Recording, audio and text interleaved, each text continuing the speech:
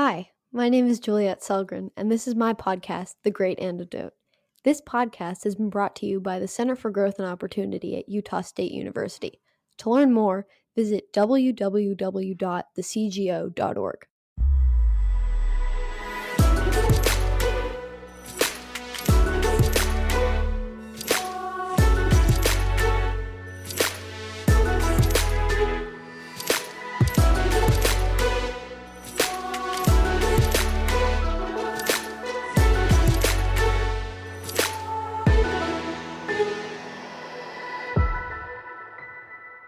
Today I'm excited to be speaking to Don Boudreaux, an economics professor at George Mason University and a blogger at Cafe Hayek. Today we'll be talking about bad policies that people love, including anti-price gouging regulations, rent control, minimum wage, and tariffs. Welcome, Don. I'm happy to be here. Before we begin, I would like to ask you a question that I ask everyone who comes on the show. What is one thing that you think people my age or in my generation should know that we don't? That you live in an incredibly marvelous world that most people take for granted. One thing about the modern world is virtually everything that we all consume every day, clothes, food, housing, medical care, entertainment, all of these things are produced by billions of people spread around the world, virtually all of them strangers to us, and yet we have them on a daily basis. We have bagels in the supermarket, milk in the supermarket, we have Wi-Fi service, we have computers, we have healthcare, we have all this stuff because we live in a world that somehow has managed to cause billions of people to cooperate on a daily basis to make a material abundance for all of us a daily thing, and it should not be taken for granted. It's amazing, isn't it? Astonishing. I feel like a lot of people my age don't realize that, or they just don't think about it often enough. Most people anyone's age don't realize that or think about it often enough, but you're right. Yeah. It's amazing, though. Yeah. So jumping into price gouging. What is price gouging first? So price gouging is a negative name for increases in prices, usually of common goods like plywood and propane and bottled water and milk, that occur after natural disasters hit or during crises. So the prices go much higher than normal. And so when prices rise significantly higher than people are accustomed to paying, those high prices and the charging of those high prices are called price gouging. And anti-price gouging legislation is attempts by government, prohibitions by government, on merchants charging those what would seem to be excessively high prices. And what's your view on this? I think that the anti-price gouging legislation is a mistake. Of course, people don't like to pay high prices because, who likes to pay high prices? We'd all like to pay lower prices. But what people don't realize is that the high prices reflect an underlying economic reality. When a hurricane hits, or when the coronavirus hits, or an earthquake strikes, the underlying reality is that the demand for goods and services shoots up because people are more desperate to get these things, and the supply goes down because fewer people are working. In the case of hurricanes, you have roads that are blown out by winds and rains and flooded. And so when demand rises higher to supply, the goods that people need to survive and want become more scarce. The higher prices reflect the greater scarcity of those goods. But it does more. The prices do more than just reflect the higher scarcity.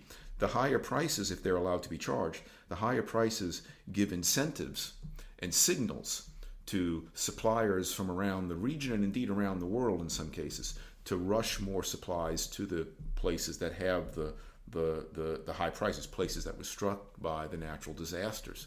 And so the problem with anti-price gouging legislation is by keeping the prices artificially low, that takes away the incentive for people outside of the badly hit region to rush new supplies into the region. There are a lot of famous cases. One of the most studied in economics real quickly is after Hurricane Hugo hit North Carolina in 1989.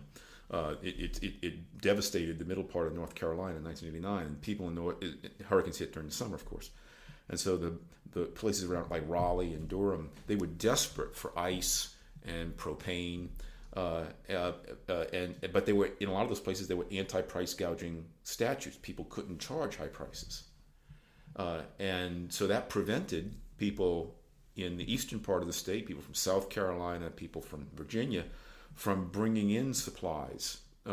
If you can only charge a normal price, why bother going the extra distance and putting forth the extra effort to drive to a disaster-stricken area in order to increase supplies? So anti-price gouging legislation, in short, is meant to keep supplies more abundant for people. The ironic outcome is that that legislation makes supplies less abundant for people.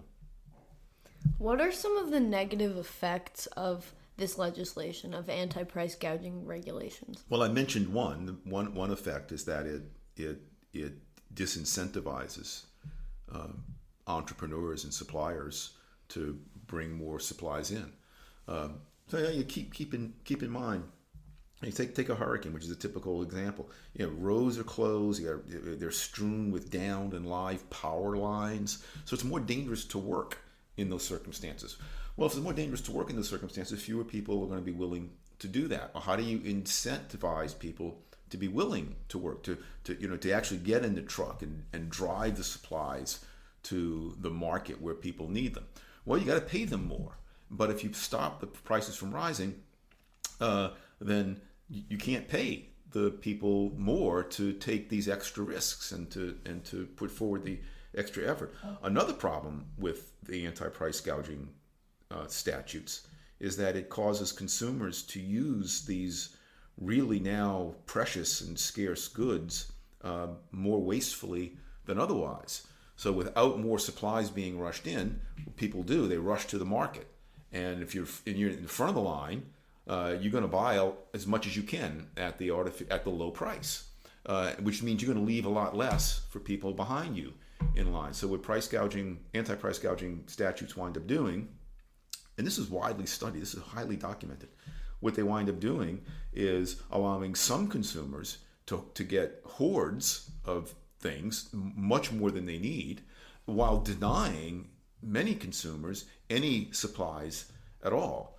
It's a really, really misguided way to deal with the aftermath of crises. If it's so highly documented, like the outcomes of this, then why do governments continue to put price caps on goods and stuff like that? I think because people don't understand the role of prices. I think it's basic economic ignorance. They think that if the price is kept low, then there'll still be the same amount that's available as otherwise. They don't realize that if prices are kept artificially low by these statutes, that some consumers will have incentive to buy up too much of them, thus leaving fewer units for other consumers. The economics here isn't very difficult, but it does take a little bit of thought to kind of think through what's happening. People have the mistaken belief that prices people don't understand the role that prices play in an economy, and not understanding that role, they tend to favor these kinds of statutes. But aren't higher prices bad for people, especially poor people, even though it reflects the value of a good? So we would all, poor or rich, like to pay prices lower than pay prices that are higher. But actually, these statutes are actually very bad for poor people because the alternative is not being able to get the good at a low price or being able to get the good at a high price. The alternative is being able to get the good at a high price, or for many people, not being able to get the good at all. And if desperately poor people want the good, yes, they'll have to pay a higher price without these statutes, but at least they'll be able to get the good. With these statutes in place, they can't get the good at any price. And so people may think, well, by keeping the prices low, that at least gives poor people a chance to get the good. I think that's naive. Because the prices keep the supplies artificially constrained, that means that the merchants who actually have some on hand, they're going to be much less reluctant to sell them to ordinary people. Merchants are going to keep stocks in the warehouses to give to the mayor, to give to their friends at the country club, to give to their cousins and children. So by not letting the prices rise, you actually make it easier for people with social connections, people who are powerful, and people who are rich, who can pay under the table bribes, to be better able to get the goods than poor people. There may be a handful of poor people who are lucky enough to get these goods at the artificially low price, but you can bet that a lot of poor people will get none. And I would think even for the poorest of persons, having the option of getting some supplies at a high price is better than the option of not being able to get any at any price. So, in light of everything that's happening now with the coronavirus, with medical supplies, like the prices are shooting up, what do you think would happen if the government did nothing to prevent this? So the first thing you mentioned, prices shoot up. The prices shoot up. That tells business people all around the world, okay, there's more profit to be made in producing these things. So the higher the prices go, the more urgently people rush resources, including workers, into producing more of the things whose prices are rising. As those supplies then increase, that tends to push prices back down. And not only, importantly, push prices back down, that tends to make these very desperately needed goods much more widely available. If people, as they do now, need and want medical masks and gowns and respirators, we want to have as much incentive as possible for people to produce these things. And by artificially keeping the price low, you diminish that incentive. There may be a handful of people who will still do it out of a sense of altruism and of charity, and that's fine, and we all applaud that. But in a crisis like the coronavirus crisis that we're in the midst of right now as we speak, I don't want to rely just on charitable impulses. I want people to have a strong incentive to be out there producing for me and those whom I love, and for my friends and neighbors, as much as possible of what we need. And I understand that high prices are the single biggest incentive to cause people to do that. The underlying problem is the crisis itself.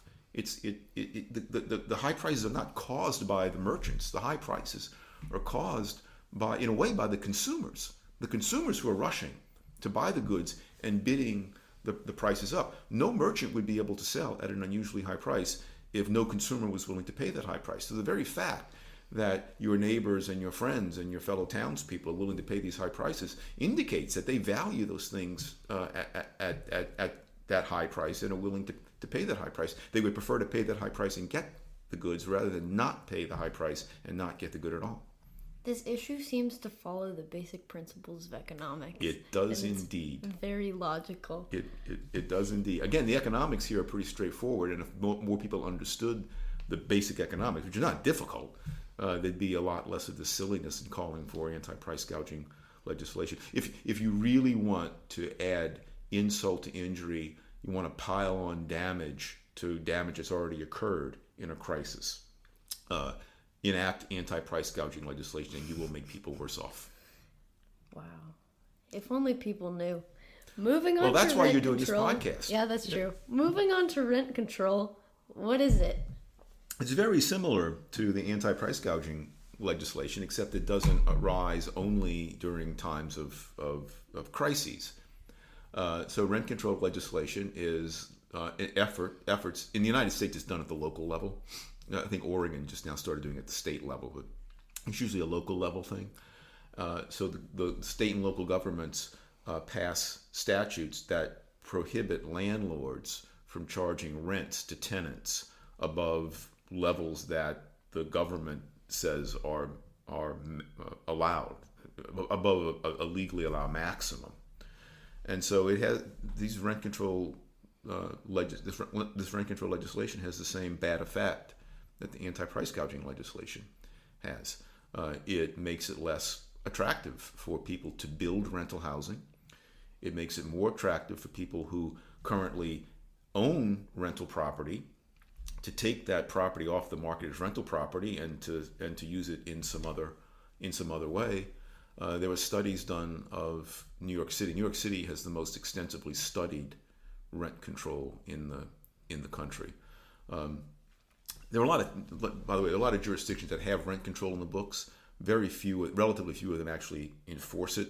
New York City, San Francisco, and a handful of other jurisdictions actually actively enforce it. So New York City has been studied a lot.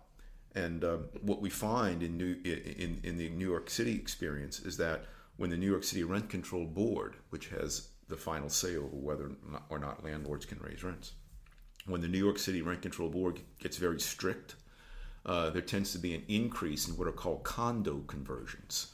So a condominium is a residential unit that is owned by the people who live in it rather than rented to tenants who live in it.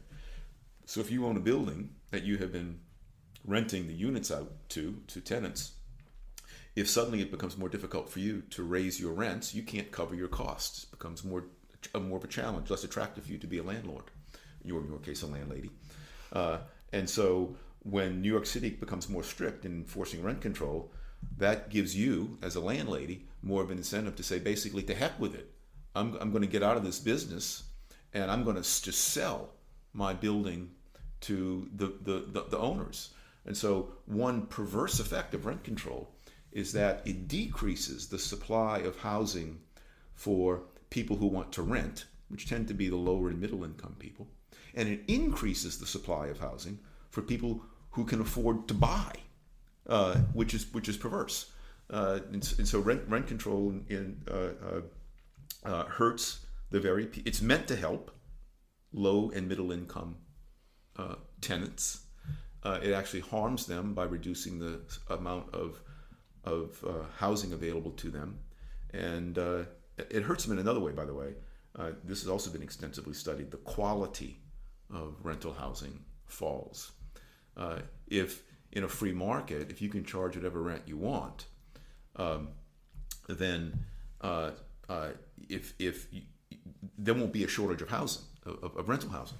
And so you want to keep your tenants, because if your tenants leave, it might take you some time to find new tenants to come in. But with rent control, because the amount of housing that people want to rent is much smaller than the number of people who want to rent housing, you as a landlady know that, heck, if I lose my current tenants, I have a whole line of people out there waiting to rent my apartment. So you don't have to be quite as attentive to the quality of your apartment. You can, the heater breaks, you don't have to fix it quite as fast. You don't have to keep the walls painted. You can let security lapse a little bit. So rent control, in addition to reducing the supply of rental housing, also diminishes the quality of rental housing. Again, all in the name of helping poor and middle income people who are renting housing.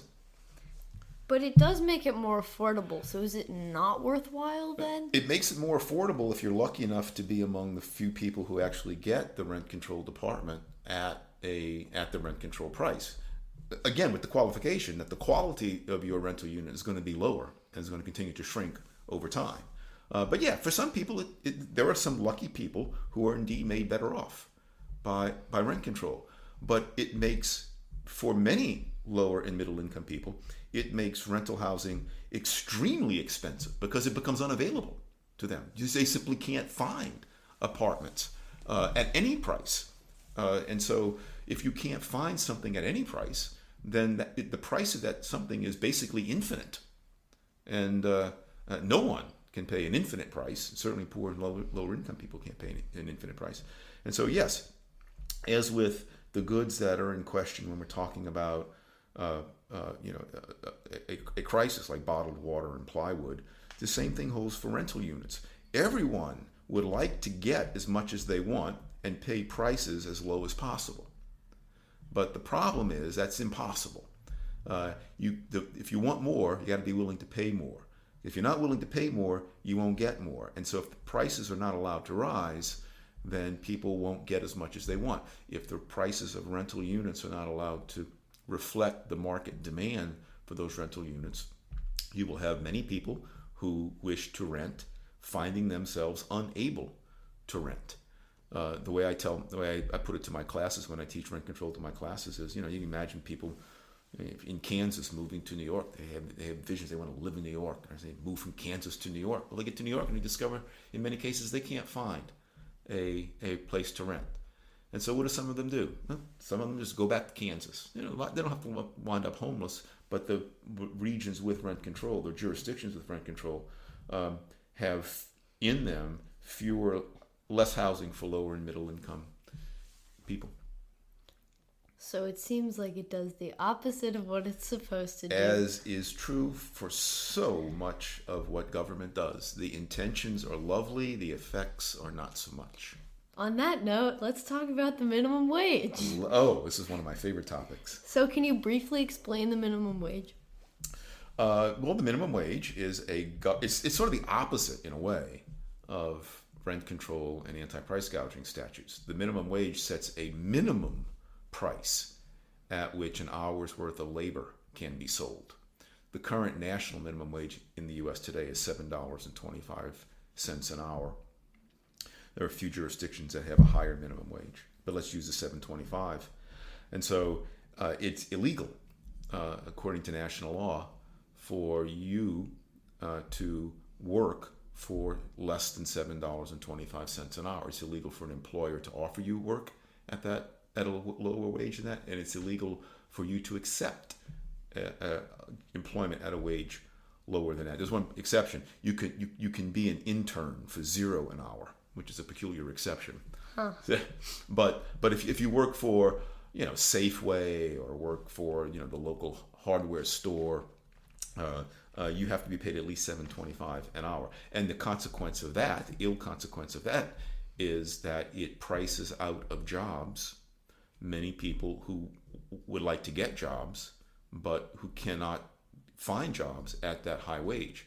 Employers are not in a charity business. Employers are in business to make money. And if they can't cover their costs, they'll eventually be outcompeted and go bankrupt.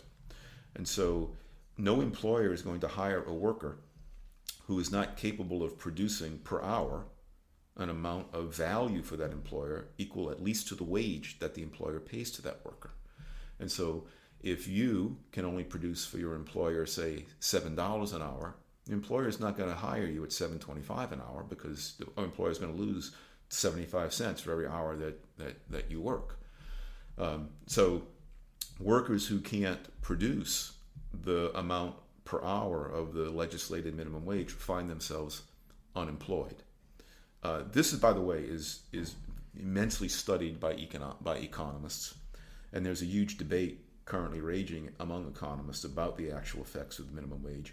In my view, the very best research shows today, as it has shown for the past 80 years, the minimum wage was first implemented in the U.S. in 1938. The best research shows unquestionably that when the minimum wage rises, employment prospects for low-skilled workers falls. And I should say the minimum wage affects only low-skilled workers. It doesn't affect college graduates. It doesn't affect people in their 30s, 40s, and 50s, because these people have been in the job market and they have skills and they get paid. Their skills are so valuable, they get paid well above the minimum wage. The last time I looked, which was a few months ago, you want to guess the percentage of American workers who make the minimum wage? 10%.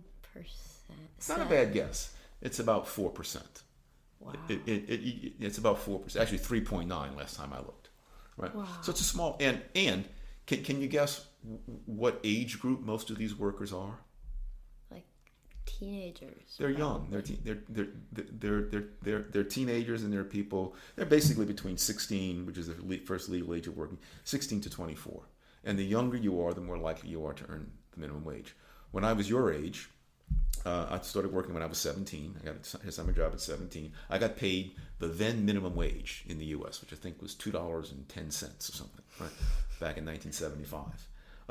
I make much more than that now because I've been in the workforce much longer. The vast majority of American workers make more than the minimum wage. The problem with the minimum wage, the main problem, is that it prevents workers who want to get into the job market from getting work.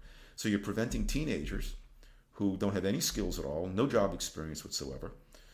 So they're not going to be very productive. It's not a slam against teenagers. virtually no one at the age of 17 is as productive as they're going to be at the age of 27 or 37. It prices low-skilled workers out of jobs. And by pricing low-skilled workers out of jobs, it keeps them low-skilled for a longer period than they would otherwise be low-skilled. So the data show that if you get a job at the minimum wage, you want to guess how long the typical worker stays in a minimum wage job? Not even a year. Not even a year. It's about 9 months. It varies depending upon the time and how booming or not the economy is, but about 9 months. So if the typical worker stays in a minimum wage job 9 months before getting a raise or before moving on, so if you get a job at the age of 17 at the minimum wage, by the time you're 18, you're going to be making a wage higher than that. But if the minimum wage stops you when you're 17 from getting a job, then when you're 18, you still have no job experience. You don't have any job skills. And so if you're lucky enough to get a job when you're 18, you're going to be making the minimum wage. And so the minimum wage increases the supply of low-skilled workers. In my view, the minimum wage is one of the most unintentionally destructive pieces of legislation in the United States today, because it doesn't hurt low-skilled workers randomly. It would be one thing, it would be bad enough if it hurt low-skilled workers randomly, but evidence is pretty clear that the low-skilled workers that it hurts the most are poor inner-city minority people, and not white teenagers from wealthy, leafy suburbs. White teenagers from wealthy, leafy suburbs go to good schools, and so they are. If an employer has one job opening and 2 applicants, then the employer, just out of pure self-interest, is going to choose the white teenager from the good school system over the black teenager from the bad school system. So the minimum wage has this pernicious, unintended effect of denying to the most deprived youth in our society the ability to compete for jobs by offering to work at wages lower than the minimum. So what they wind up doing is not working and earning no income at all and remaining unskilled for a much longer period of time. It's a really, really, really nasty piece of legislation. With all of the negative effects and all the harm that it causes just anyone, workers, people who can't get work because of this legislation, why do we still have it? Excellent question. Why do we have that? Why do we still have that legislation? Why do we still have a lot of legislation on the books? One answer is the one I gave earlier about anti-price gouging legislation. It's because people don't really understand economics. A lot of people think that, if we have minimum wage, all that means is that the employer is going to pay more to the worker, and that's the end of the story. Yeah, the employer may have lower profits, but the worker will get higher wages. But it doesn't work that way. When the employer has to pay higher wages, the employer doesn't need as many workers. Some jobs just go undone. Employers have a greater incentive to use machines in place of workers. Keep in mind, with the minimum wage, most of the employers of minimum wage workers are in highly competitive industries. There aren't a lot of profit margins. Food retailing, restaurants, the hospitality industry. These are highly competitive industries. These employers they don't have these big fat profit margins that they can dip into just to pay higher wages just because the government says, hey, you have to pay higher wages. So what they do, when the minimum wage rises, they economize by reducing the size of their workforce, and they do that by getting rid of what are for them the least productive workers. So economic ignorance is a part of it. People just don't realize. But in the case of the minimum wage, actually, I think it's more than that. You do have some people who actually stand to benefit from the minimum wage. Let me tell you a story real quickly about how the minimum wage started in America. So it started in 1938 with something called the Fair Labor Standards Act. And you'd think that, it must have started because you had poor workers or champions of poor workers who went to Congress and said, help these poor workers get higher wages. Let's pass the minimum wage. Not at all. The first minimum wage in the U.S., the one we have now, was passed in 1938. It's been raised ever since. So the current legislation that supports the minimum wage today What do you want to guess who lobbied for it? You'll never guess, I bet. But let me just. The KKK. No, but not far off, right? Not the KKK. The main lobbyists for the minimum wage in 1938 were owners of textile mills in Massachusetts and Pennsylvania, mostly in Massachusetts. You think, well, why would owners of textile mills lobby for a minimum wage, right? What did they have to gain from it? Well, to summarize the story is back in the 1930s, starting in the early 20th century through the 1930s, southern textile mills in Georgia and the Carolinas were becoming increasingly competitive, and because they had access to a very low wage workforce. They had access to people whose best options basically was sharecropping, which is a terrible way to make a living. And so we had these southern textile mills were growing, and they were increasingly biting into the market share of textile mills in Massachusetts and Pennsylvania. And so the owners of these textile mills and the labor union leaders there also, they went to Congress and said basically, look, we want a minimum wage. And the reason we want a minimum wage is it's going to look good. It's going to look good because it's a minimum wage. We're helping all workers. But they knew, and there's evidence that they knew, that by passing the minimum wage, what that would do is make it uncompetitive for textile mills in the South to compete with them. The first minimum wage in the United States in 1938 was 25 cents an hour. The average wage for workers in textile mills in the American South in 1938 was 15 cents an hour. The average wage for workers in the northeastern textile mills was just above 25 cents an hour. And so by passing the minimum wage, you make it impossible for your southern competitors, if you're a northeastern textile mill owner, to compete with you. That was the motivation for the first federal minimum wage. It's a very clever way to protect yourself from competition while looking as if you're this angel trying to help poor people. There's a P.S. to the story real quickly. It's probably the only good thing to come out of World War II. World War II started very soon after, and so the United States, even though it didn't enter the war immediately, the United States immediately start ramping up production of uniforms for Allies, and so the war effort helped to sustain the southern textile mills as well as the northeastern textile mills for a while. And so by the time the war ended, the southern textile mills were able to be self-sustaining. But the goal of the 1938 legislation was indeed had nothing to do with helping poor workers and everything to do with lining the pockets of already wealthy textile mill owners in Massachusetts and Pennsylvania. So it seems like it hurts workers. Yep. And it hurts the competition. So then it hurts the consumer the most because there's less. So it does hurt the consumer because it does reduce the supplies of the things produced, and it does raise the prices of the things produced. And I think that's important to point out. But I think in the case of the minimum wage, the main victims and the victims who I like to focus on are the workers who are denied jobs. It prevents workers, the workers who need jobs the most, it prevents them from getting jobs.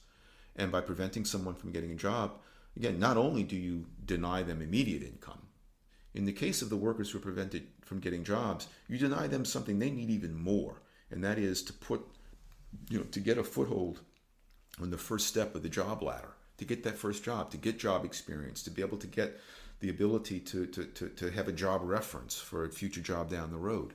And the minimum wage prevents that. The minimum wage promotes unemployment among the people who can least afford to remain unemployed. It's horrible. It's terrible. So, moving on to tariffs. What are tariffs? Tariffs are taxes that the government imposes on fellow citizens who choose to buy imports.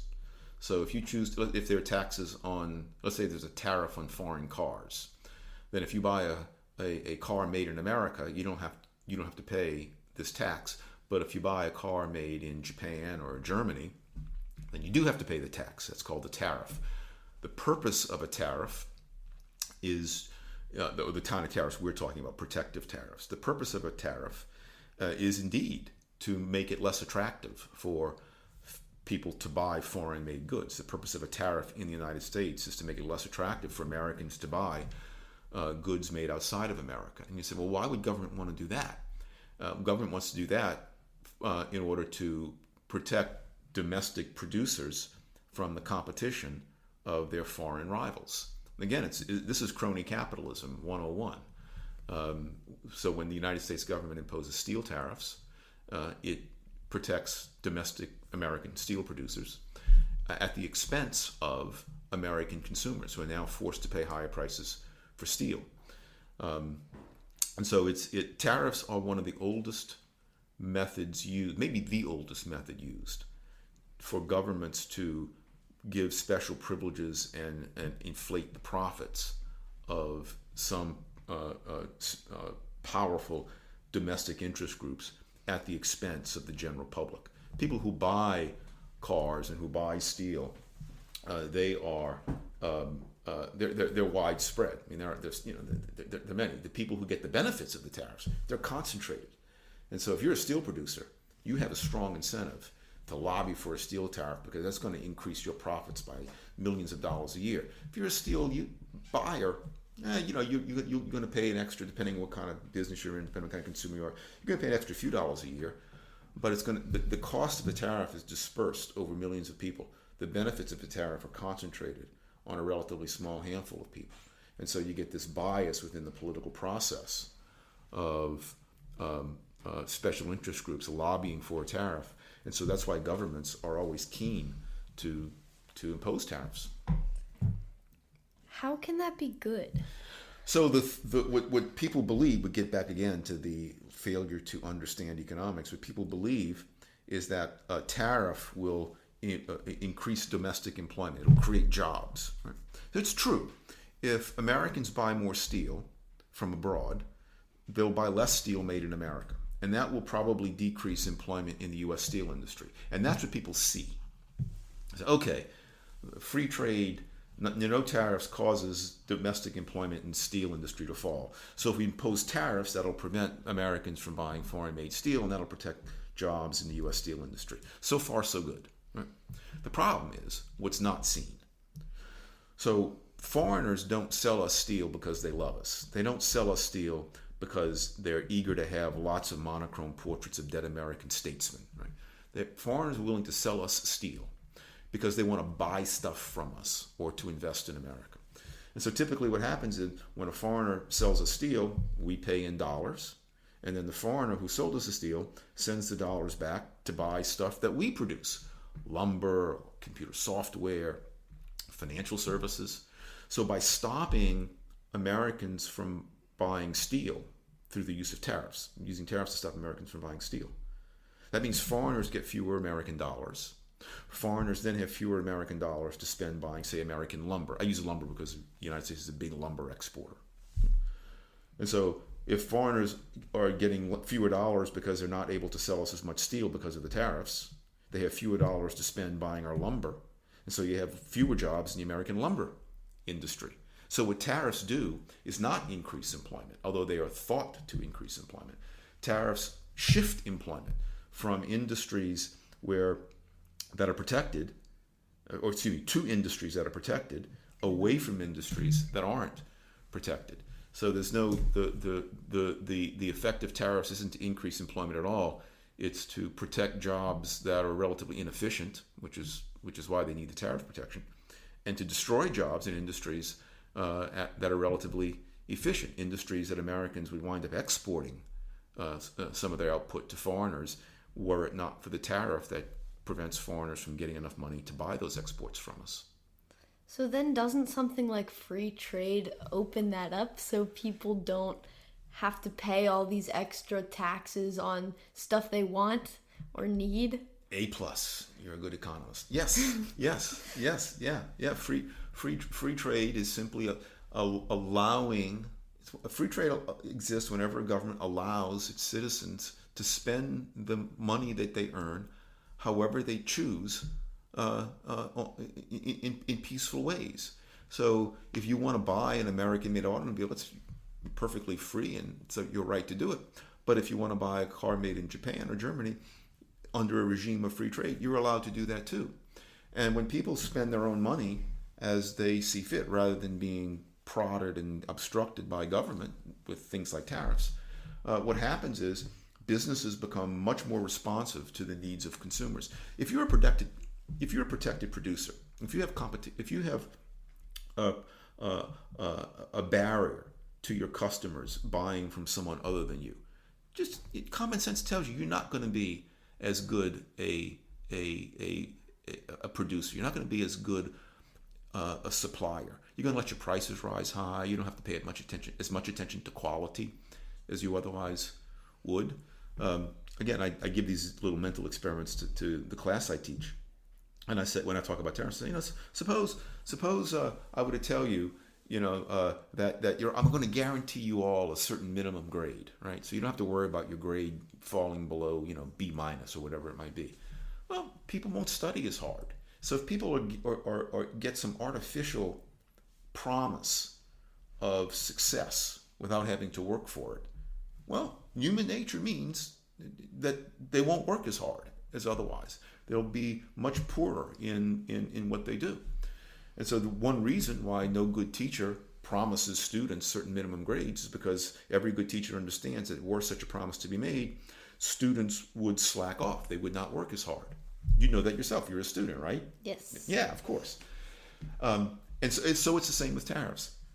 By basically guaranteeing, or increasing the guarantee of a minimum size market to domestic steel producers and car producers and washing machine producers, you name it, tariffs make it less important for those producers to work hard to please consumers. They can become less efficient in their operations. They can charge higher prices.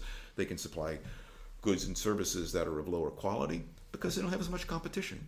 And so producers who are protected by tariffs love tariffs, and they will tell you in no uncertain terms how wonderful the tariffs are. And they are, again, wonderful for them. But the cost of the tariffs are large, and they are very real. But because they're spread out over lots of people, they're not quite as acutely felt and seen. And that's why there's this political bias in favor of tariffs. So it seems like free trade would be good, and like if you think about it economically, it makes a lot of sense logically. So do a majority of economists believe in that? Do they support it? Yes. Yeah. Economists, contrary to some opinions, economists, there's a lot of disagreement among economists on lots of issues. But on a few issues, there's widespread agreement. Rent control is one. It's very difficult to find an economist who will say a good word about rent control, whether that economist is a far left progressive, middle of the road Republican or Democrat, or a hardcore libertarian. Pretty much all economists oppose rent control. Pretty much all economists favor free trade because economists understand that the consequences of trade go beyond the immediate effects. Beyond the immediate effects that people see. So that is one issue where, again, you pick an economist, who always voted, someone who would vote for Bernie Sanders, for example, because they like Bernie Sanders' position on many other issues. That economist is probably still a supporter of free trade. Pick an economist who would, who is longing for the return of Ronald Reagan. That economist would also support free trade. So that's an issue where there is pretty widespread agreement among economists of very different political views in favor of free trade and opposition to tariffs.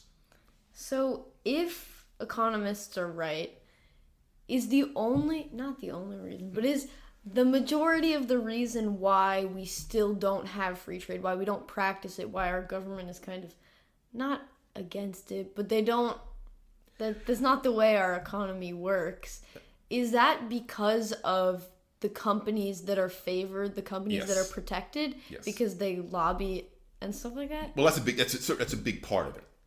It's certainly a big part of it. You show me a tariff, and I will show you a domestic company that lobbied for it. One of the for me, one of the most maddening fallacies that's out there is that free trade is somehow pro-corporate. Some people think that free trade is for corporations. No, free trade subjects corporations to competition. It's tariffs that shield them from competition. So you show me a tariff, I will show you a domestic company or a domestic producer who benefits from it. Right? But in addition, as always, there is this widespread economic ignorance that I keep mentioning in various contexts.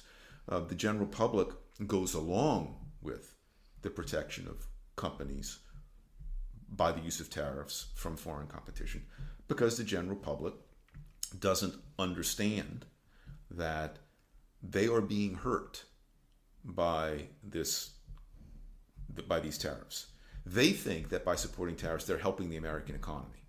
They don't understand that by supporting the tariffs, they're actually hurting the American economy. Yes, they're helping a handful of identifiable producers who benefit from the tariffs, but that comes at a much higher damage, much higher cost to the rest of the economy. So it seems like a lot of people need to take your class. They do.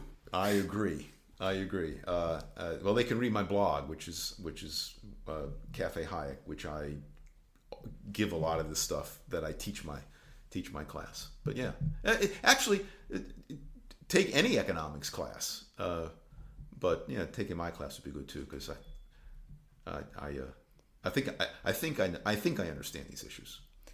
I think you do too. Well, so, listeners, take an economics class and read Don's blog. Thank you so much for listening, Don, thank you so much for coming and for talking with me. You are welcome, Juliet.